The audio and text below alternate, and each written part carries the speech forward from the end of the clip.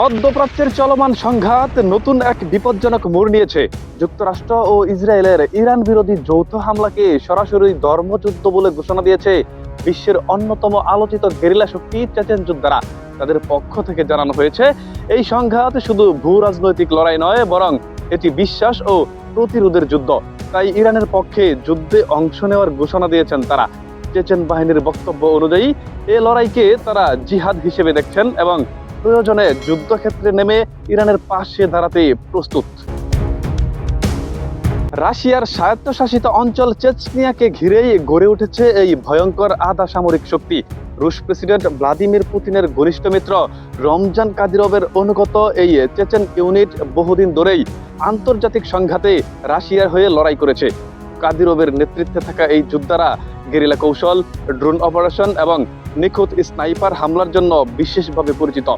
আধুনিক অসম যুদ্ধ বা আরম্যান ওয়ারফেয়ারে তাদের দক্ষতা নিয়ে সামরিক মহলে রয়েছে আলাদা আলোচনা। ইউক্রেন যুদ্ধেও রাশিয়ার পক্ষে বড় ধরনের সামরিক সহায়তা দিয়ে আসছে এই চেচেন বাহিনী, যার ফলে যুদ্ধক্ষেত্রে তাদের উপস্থিতি সবসময়ই বাড়তি উত্তেজনা তৈরি করে। রাশিয়া সবুজ সংকেত দিলেই মুহূর্তের মধ্যে ইরানে পৌঁছে যাবে চেচেন যোদ্ধারা, এমনই বিস্ফোরক ঘোষণা দিয়েছেন চেচেন স্পেশাল ফোর্স আহমদ ইউনিটের কমান্ডার লেফটেন্যান্ট জেনারেল আপ্তি আলাউদ্দিন। এক ভিডিও বার্তায় তিনি জানান, প্রয়োজন হলে আধুনিক অস্ত্রশস্ত্র নিয়ে ইরানের পাশে সরাসরি যুদ্ধে নামতে প্রস্তুত তার বাহিনী। এই বার্তায় মার্কিন প্রেসিডেন্ট ডোনাল্ড ট্রাম্পকে তীব্র আক্রমণ করে তাকে সরাসরি দাজ্জাল বলেও অভিহিত করেন তিনি।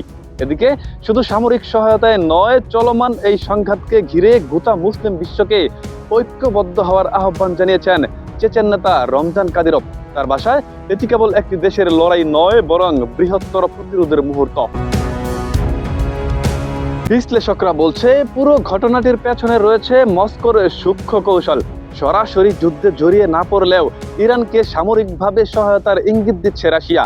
ধারণা করা হচ্ছে, ঘনিষ্ঠ মিত্র তেহরানকে পতনের মুখ থেকে রক্ষা করতে মস্কো হয়তো পাঠাতে পারে যুদ্ধ কৌশলে পারদর্শী দুঃসাহসিক চেচেন যোদ্ধাদের। যদি তা ঘটে, তাহলে চলমান সংঘাত নতুন মাত্রা পেতে পারে বলে আশঙ্কা করছে আন্তর্জাতিক বিশ্লেষকরা। মুক্তাকিন হুসাইন, দ্য লিজেন্ড নিউজ।